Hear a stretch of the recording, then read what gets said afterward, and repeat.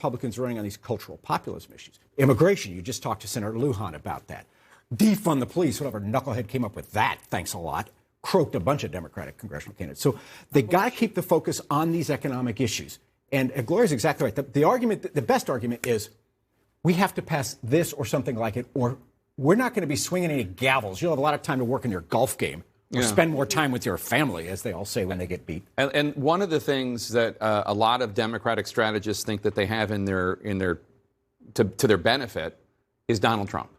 Is the fact that Donald Trump is still out there chasing out of the party or out of a job Congressman Gonzalez of Ohio, for example, a Republican whose only sin was that he doesn't want to lie about the election. There was Wall Street Journal had a very powerful editorial in favor of Gonzalez and pointing out the more that Trump does this, the harder it is for the Republican Party to win elections. Which ties us back to Gloria's point, which is Biden needs a win. He needs to be seen as successful. The Democrats are acting as if they lose, if they are unsuccessful, that the Republican Party that's going to take over is the party of McCain and Romney. It's not.